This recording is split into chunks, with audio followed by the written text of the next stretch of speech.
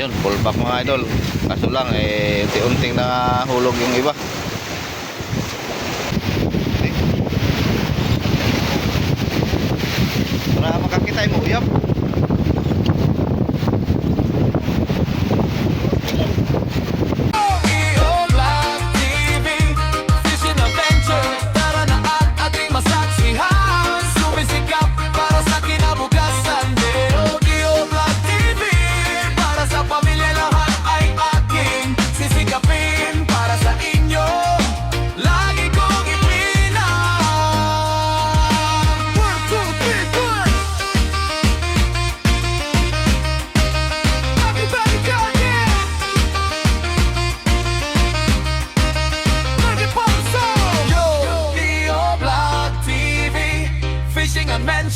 Tara na at ating masaksihan, sumisikap.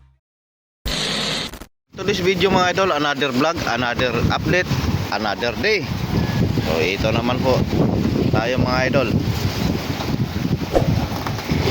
So nagpalapos na, undak-undak. So ayan, hibaran po sila ng kanilang mga tulingan. So nakatali pa rin tayo sa payaw mga idol. Dito sa kabila, tatlong service boat pang hindi bumaba. Sa kabila din. Diyan silang lahat nag-undak-undak, nasiparan.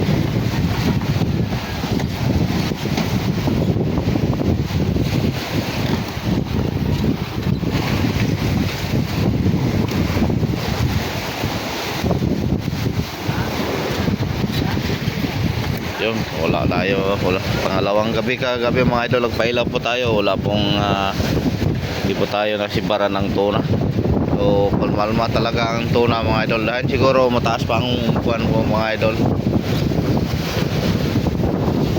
Kahapon ng araw sa mga service boat nakahuli po tayo ng tuna, 2 piraso, tapos mga blue marlin na nakita naman nyo kahapon, update ko natin. Nahuli po tayo ng 10 kahapon habang araw, simula umaga hanggang hapon. Sa 10 dalawa lang po ang ilopin tuna, halos-halos po mga blue marlin mga idol. Sana ngayong araw na naman mga idol, may blisingan naman po tayo ng malaking isda. So matumal talaga mga ngayon. Wala ko kape bro, tapos ako kape.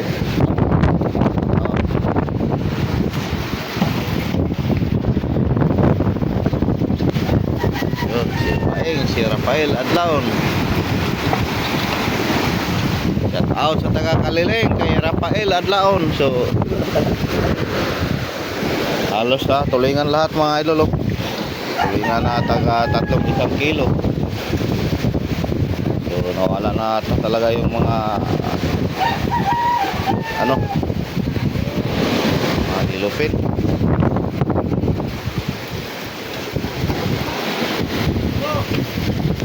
Ganun pa rin ang ating weather mga idol, mahangin-hangin, tapos biglang umunos-unos.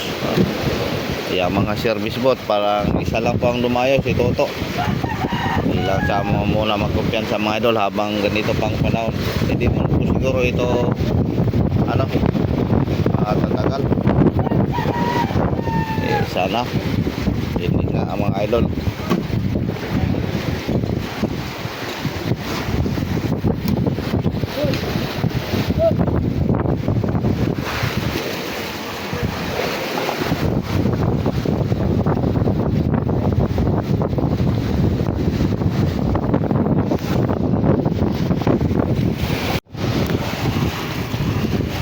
Tulad ng dati mga idol, magandang umaga sa lahat-lahat ang mahal kong mga viewers, lalo na po yung mga solid supporter ko. Sana ngayong araw mga idol, sa mabuti po kayong kalagayan. So ito naman po mga idol, update lang po tayo. Dahil wala pa po tayong huli ngayong umaga, wala tayong aisa na tuna. Habang wala pa po yung tayong tuna, dito lang tayo po update sa mga maliliit. Yan si Bayaw.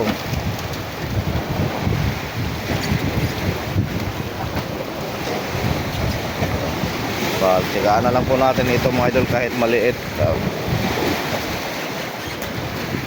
Oh,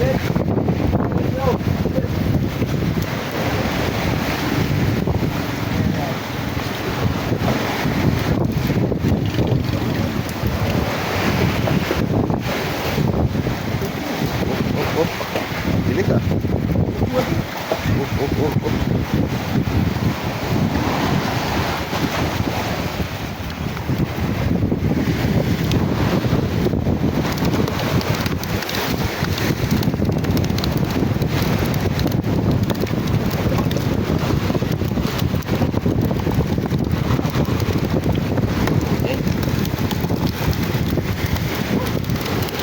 Bilis.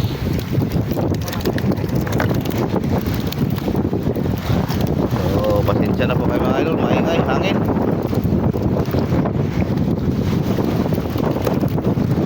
Yan.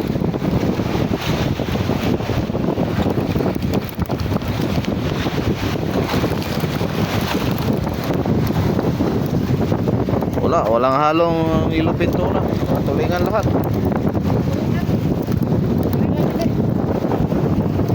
Okay na ito, kaysa wala. Oh, yun.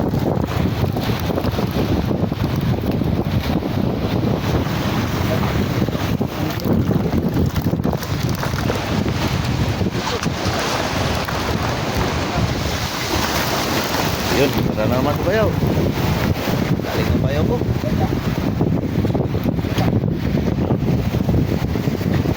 Pati, ang bayad sa motor. Ang bayad sa motor.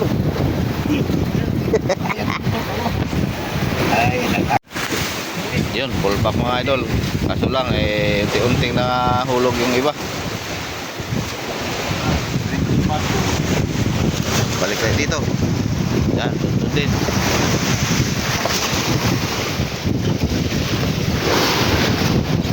Wow.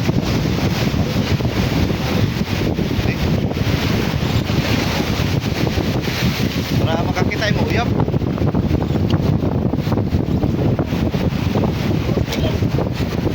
Puto na ron ah. Kabila. Lahat.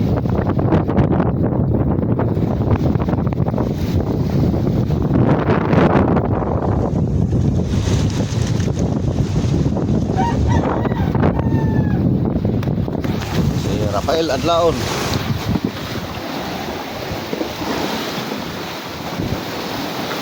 Walang laman ah. So, pati rin mga biskuit mga idol oh,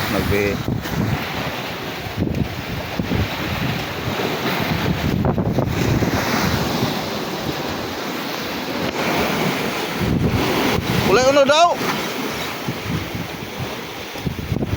Makante. A few moments later. So lumipat naman po tayo ng ibang payo mga idol. Kahit medyo malon-alon,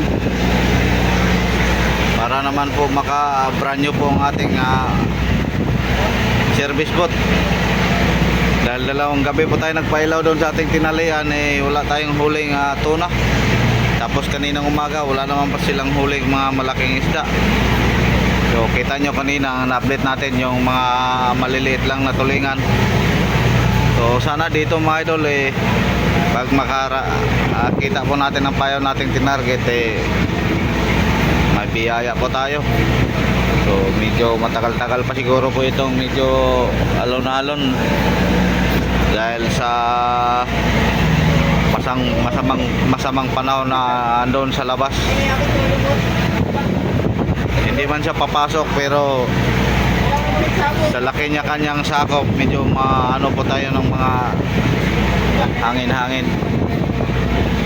Yung ibang mga kaibigan po natin, mga bangka, nagsiuwian na dahil matagal na po sila. Tapos yung mga kaibigan nating mga light boat, pinababa din sila. So tayo na lang po ang naiwan siguro dito. Hindi, mga 3 bangka siguro kami. Yung sinabi ko na sabay namin nag-load ng hilo, si Kapitan Paching at kanya Kapitan Paching at yung bangka niya. Bali 3 po tayo, pero yung bangka niya papauwi na po yun. So dalawang Pangatlong araw pa natin po ito mga idol.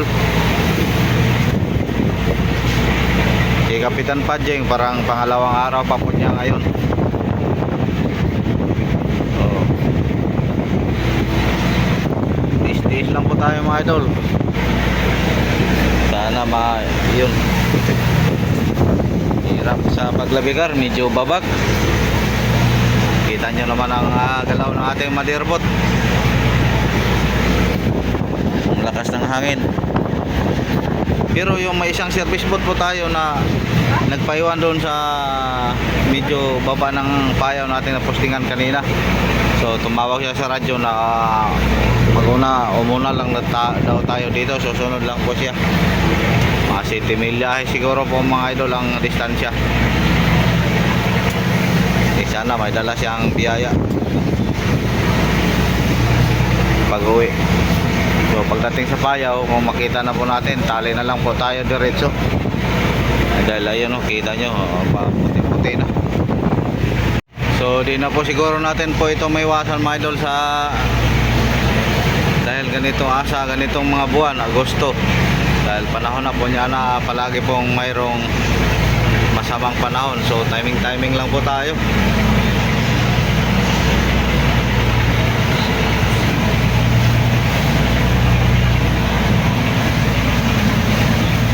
Yun. Oh. Parang sumisid na madirbot po natin.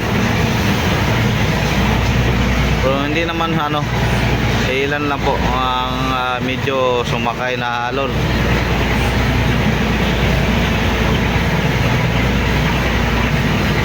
Wala na tayong choice dahil ito po ang ating hanap buhay, hindi tayo makaiwas. Alanganin man po na sa buwan ng update tayo sa buwan ng Agosto, marami pong papasok na bagyo. Andito na tayo sa dayo. Kung hindi po tayo kung doon lang po tayo sa tabi, nakabali na po lahat ng mga tauhan, tapos loaded na po tayo. Kung maraming mga low pressure, iwasan na lang po natin yung mga low pressure na kung saan po ang kanyang dadaanan mga idol.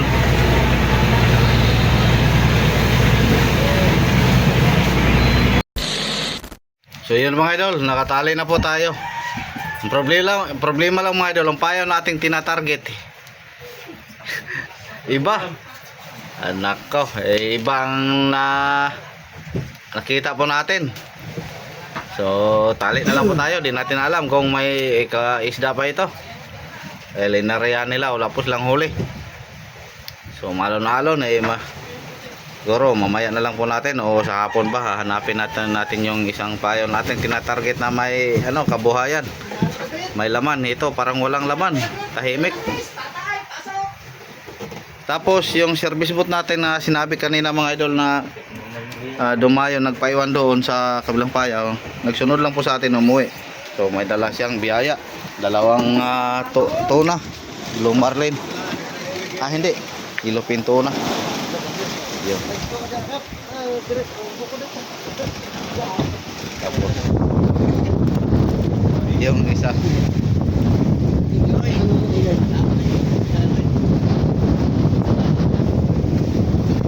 atong tangige dili luar to dako nga tangige kiluar to.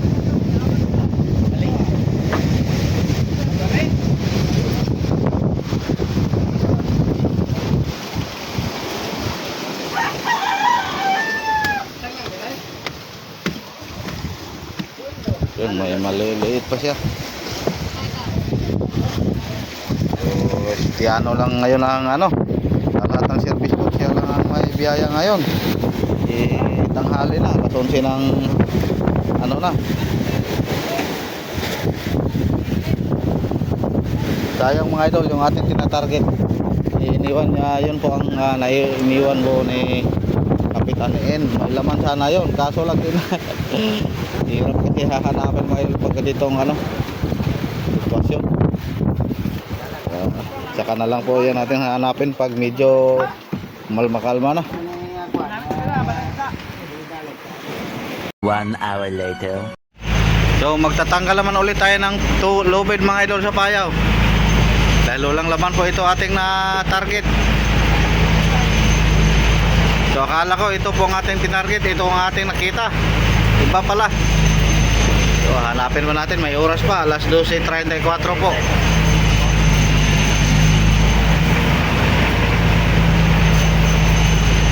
Di pwede yung makaposting. Dapat mga idol, magposting tayo sa payaw natin, talian kung lumakas pangalon, yung may kabuhayan, may isda, para makalma, makapangisda agad tayo.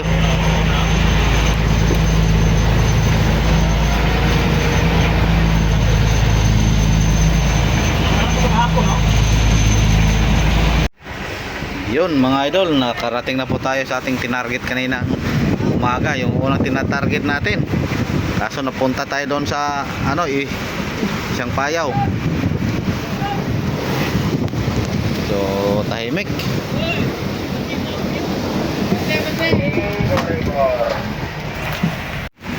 So tahimik mga idol. Sabi ng ating kaibigang lightboat na marami daw itong tumaisda lang siguro mga idol, kaso lang matumal. Dahil kahapon lang po ito iniwan po ni Kapitan NN. So dito lang po tayo magposting-posting habang ganito pang panahon. So alam sigurado natin na may isda ang payaw. Baka sisibaran. Tapos mayroong dalawang service boat pa tayo na dumayo. Binalikan po ni Tiano doon yung nakuna niya kanina ng yellowfin tuna. Tapos sumama si Pio, si Carding. So yun mga idol, nakatali po tayo. Mahirap pag arriba mga idol, hindi magaplastar ang maayos. So nasibaran naman po sila. Pero si Atan mga idol, nakita po natin kanina nasibaran. Ayun, humi.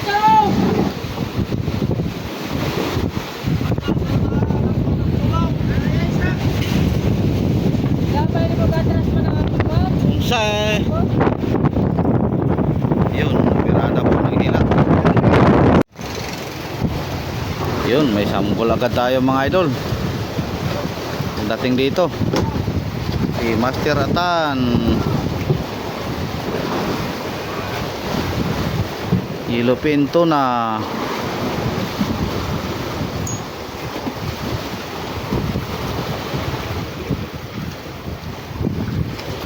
Mga 20 hon. Okay na po yan mga idol. Dahil may sample na tayo. So ikaw giti.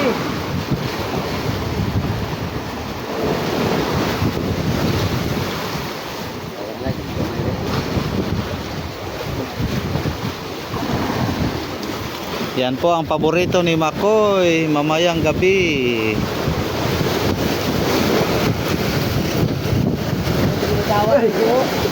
Ha? Totoo kayo? Ay, may di Ana to balik yung Ana ba? Siguro. Umuwi na si Carding mga idol, galing dayo. Dalawa po sila ni Tiano kanina ang dumayo. So may dalang Blue Marlin. So thank you. May dagdag naman po ang ating biyaya mga idol. Sugat! Oy! Oh, daplin pag yun.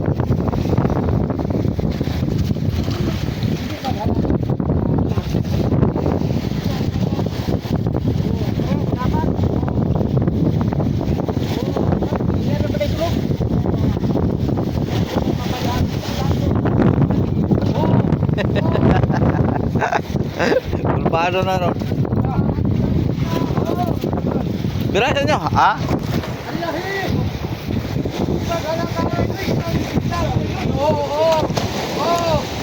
Yun, mga 30 kilos mga idol.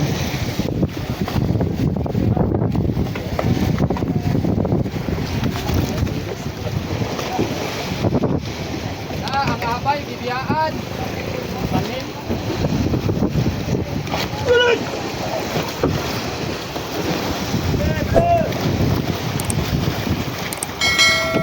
Panin ang abay. Ibalin dyan. Ang tubig piyok. Nagis-karbrado ni sulod ang tubig. Yung cooler, puno sa tubig. Carburetor, sudlag tubig. Per profit daw. Leo Black TV Fishing Adventure.